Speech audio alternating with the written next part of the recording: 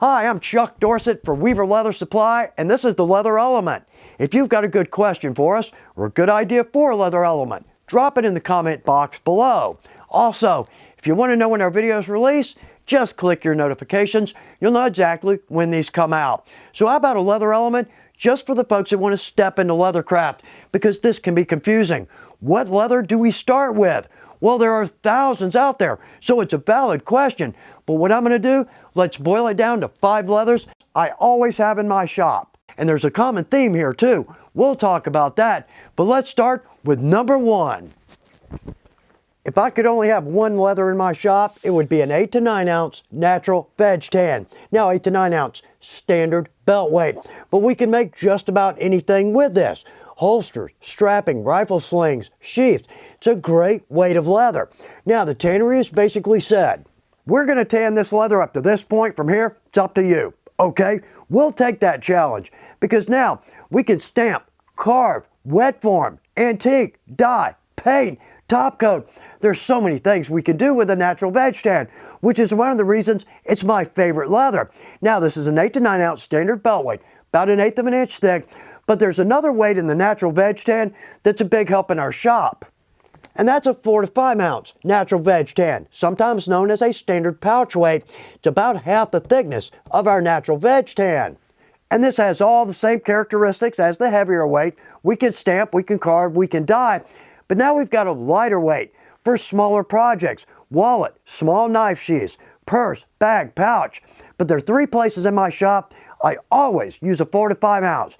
Belt keepers, bullet loops, and pockets. If I want to wet form a pocket to go on the outside of a briefcase or purse or bag, this is the perfect weight. It's going to give us a good clean bend. Now, one more good point.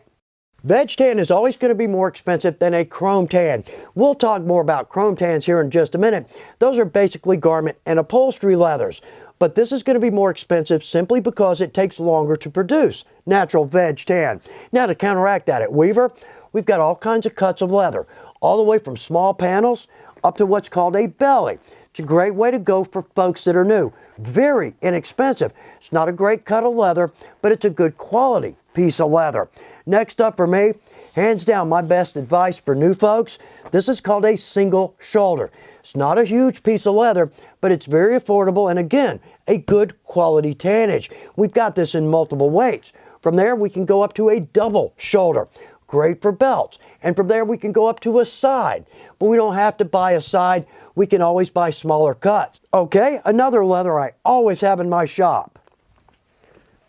I love suede, and for so many reasons, this is one leather I always have in my shop. Well, first off at Weaver, we've got some of the prettiest colors I've ever seen, and this is just a small example. But secondly, it's a very inexpensive leather for us crafters. Now, this is called a split because at the tannery, they're going to take a hide and literally split that horizontally.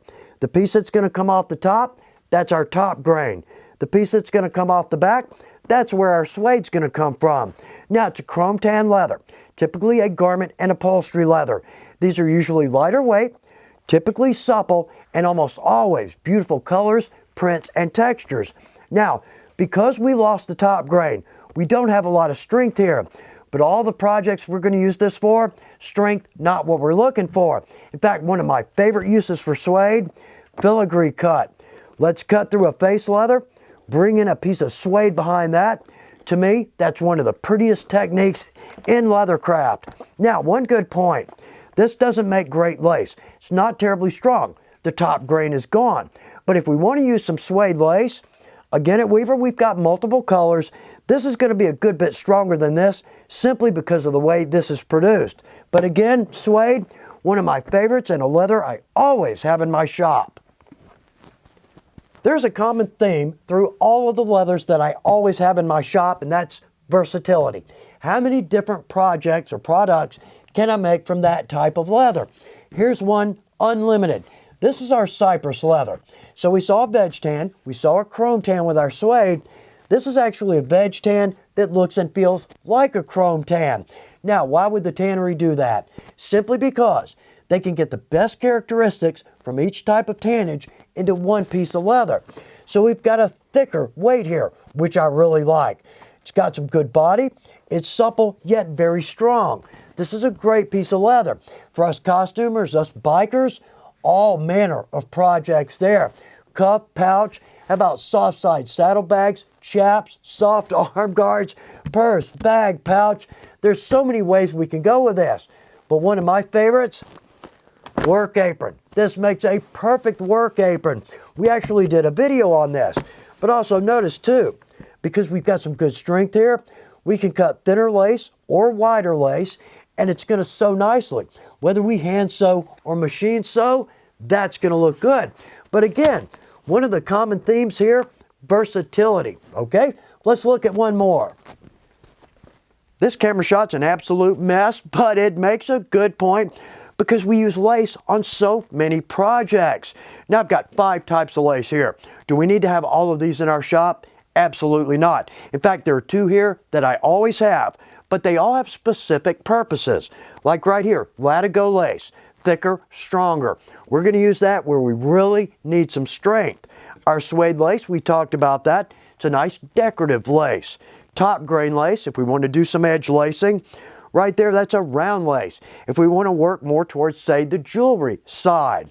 In fact, that makes very cool barbed wire. We've got a good video on that.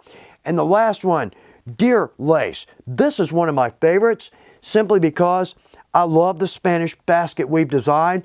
That is gorgeous. That's the perfect leather for that. So in my shop, I'm typically going to keep the Latigo for my strength and my deer for my decorative. I've turned my shop into an absolute mess, but if it's good information and it helps you out, then it's worth every minute of cleanup times 2.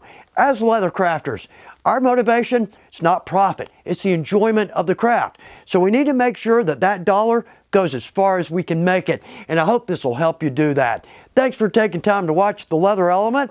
Good luck with your projects.